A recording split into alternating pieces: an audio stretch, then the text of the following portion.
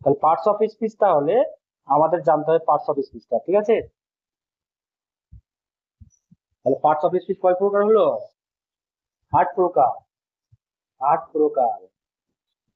দেখো, আমি তোমাকে বলি যে পার্টস মানে অংশ, আর স্পিচ মানে ধ্বনি, তবে ধ্বনির অংশকে পার্টস অফ স্পিচ বলছে।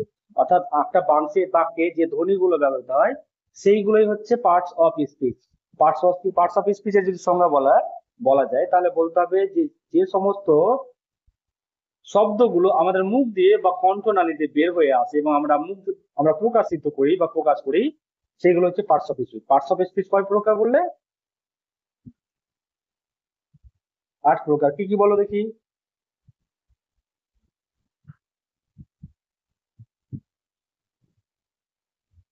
বলো। নাউন।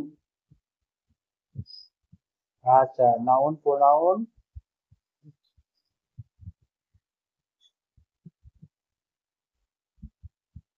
অ্যাডজেক্টিভ, ভার্ব,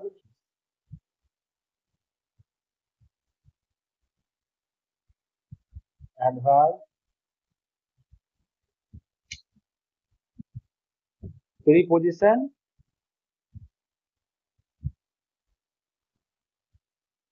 আচ্ছা, জাস্ট অ্যাডভার্ব হয়েছে, প্রিপজিশন, কনজাংশন। কনজাংশন। আর আট আট আট নাম্বার হচ্ছে ইন্টারজেকশন, তাই তো? আচ্ছা, তোমার এখানে বলা হয়েছে যে পার্টস অফ স্পিচ কয় প্রকার? 8 প্রকার। কি কি? Noun, pronoun, adjective, verb, adverb, preposition এবং কনজাংশন। আর পার্টস অফ স্পিচ যে 8 প্রকার, সেই সম্পর্কে আমরা প্রথমে জানবো নাউনটা কি সম্পর্কে জানবো। নাউন কি জিনিস? নাউনটা কি জিনিস? নাউনের বাং নাউনের বাংলা কি?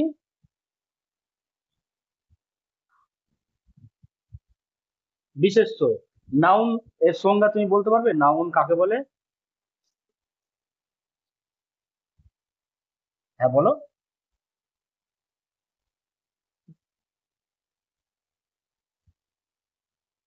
বাংলায় বলো এবার।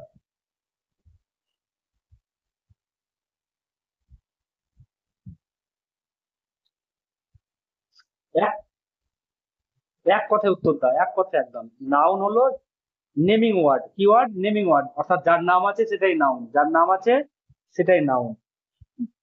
যার নাম না, ওটা আমি প্রোনাউন যাই না। যার নাম আছে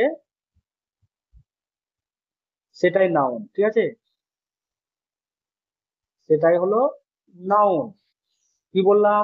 যার নাম আছে সেটাই নাউন। তুমি বলো, তোমার এখানে নাম আছে এরকম 5টা জিনিসের নাম বলো, এক্সাম্পল বলো।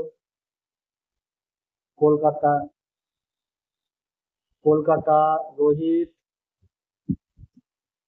তারপর করিম,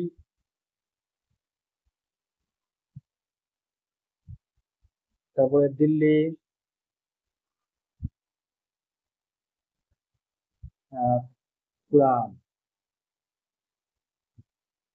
আচ্ছা, গীতা। আর বলতে হবে না, 6 হয়ে গেল। তাহলে পার্টস অফ স্পিচে এখানে হয়ে গেল আমাদের নাউনের প্রকারভেদ, মানে নাউন কাকে বলে এবং নাউনের 5-6টা উদাহরণ আমরা পেয়ে গেলাম। এবার বলো, নাউন কত প্রকার?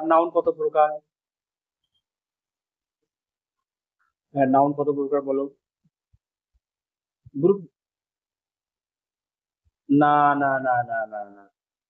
নাউনকে অ্যাকচুয়ালি 5 ভাগে ভাগ করা হয়। কভাগে ভাগ করা হয়?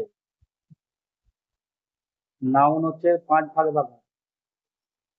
নাউন 5 প্রকার। নাউন 5 প্রকার, ঠিক আছে? 1 নম্বর হচ্ছে প্রপার নাউন। 1 নম্বর কি? লিখতে শুরু করো। Proper noun. আমি পুরোটা লিখছি না, ঠিক আছে? 2 নম্বর হচ্ছে কমন নাউন। 2 নম্বর হচ্ছে কমন নাউন। 3 নম্বর হচ্ছে ম্যাটেরিয়াল নাউন। ঠিক আছে। চার চার নাম্বার হচ্ছে কালেকটিভ নাউন, ঠিক আছে, কালেকটিভ নাউন। আর 5 নম্বর হচ্ছে অ্যাবস্ট্রাক্ট নাউন, ঠিক আছে। 5 নম্বর। 3 নম্বর ম্যাটেরিয়াল, MATERIAL, ম্যাটেরিয়াল নাউন। 4 নম্বর হচ্ছে কালেকটিভ নাউন। 5 নম্বর হচ্ছে অ্যাবস্ট্রাক্ট নাউন, ঠিক আছে। আচ্ছা।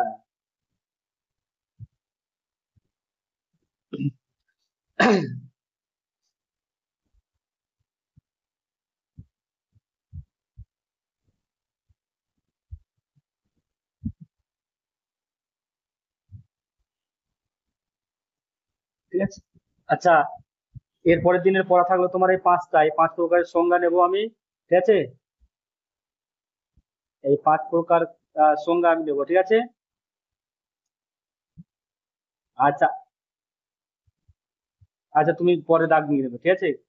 আচ্ছা, নাউনকে গণনার দিক থেকে মানে কাউন্ট করার দিক থেকে কিন্তু আরো 2 ভাগে ভাগ করা হয়। গণনার দিক থেকে কভাবে ভাগ করা হয়? 2 প্রকার, ঠিক আছে। 1 নম্বর হচ্ছে কাউন্টেবল নাউন। 1 নম্বর কি? 1 নম্বর কাউন্টেবল নাউন, কাউন্টেবল নাউন, ঠিক আছে। 2 নম্বর হবে, 2 নম্বর হবে আনকাউন্টেবল নাউন, আনকাউন্টেবল নাউন, ঠিক আছে। হ্যাঁ, প্রশ্ন আসবে এরকম নয়, কাউন্টেবল নাউনের একটা উদাহরণ দাও।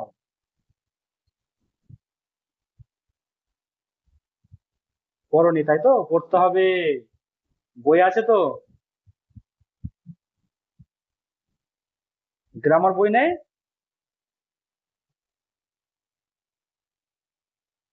গ্রামার প্রাইভেট আছে মানে বুঝতে পারলাম না। কিরকম প্রাইভেট বই, বইটার নাম কি?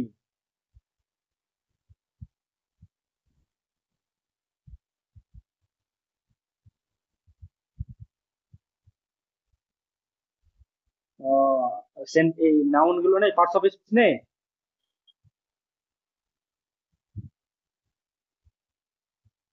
হ্যাঁ। ওই রকম ভাবে। আচ্ছা, এই ভাগটা পড়োনি তাই তো। এটা সহজ, একদম সহজ। যেমন কাউন্টেবল নাউন, যেটা গুনতে পারো। আচ্ছা, তোমার সামনে একটা ক্যাট এলো, 10টা ক্যাট এলো, 20টা ক্যাট এলো, গুনতে পারবে তো?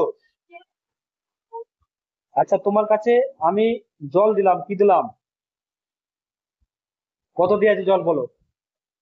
কটা জল আছে? কটা জল আছে বলো? হ্যাঁ। তাহলে ওটা কোন নাউন হয়ে গেল? Uncountable noun. কাউন্টেবল মানে হচ্ছে গোনা যাবে, আনকাউন্টেবল মানে গোনা যাবে না। বোঝা বোঝা গেল কিনা আগে বলো। আচ্ছা, তাহলে বলো জল। জল হলো আনকাউন্টেবল নাউন, ক্যাট হলো কাউন্টেবল নাউন। আচ্ছা, তোমার আশেপাশে মানুষ, মানুষ আছে তো অনেকগুলো। আচ্ছা, মানুষকে গোনা যায়? আচ্ছা, তোমার আশেপাশে আছে, তুমি বলো যে তুমি শুধু জল দেখতে পাও, আর কিছু দেখতে পাও কি তরল পদার্থ? তরল পদার্থ দেখতে পাও না, দুধ খাও না? আচ্ছা। আচ্ছা, বলো দুধ কয়টা খাও? দুধ কটা খাও?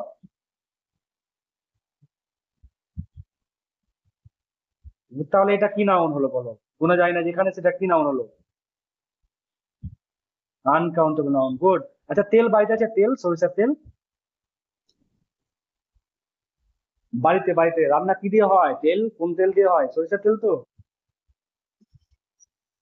আচ্ছা, বলো কটা রান্না করো সরিষার তেল? হ্যাঁ, সরিষার তেল কটা রান্না করো?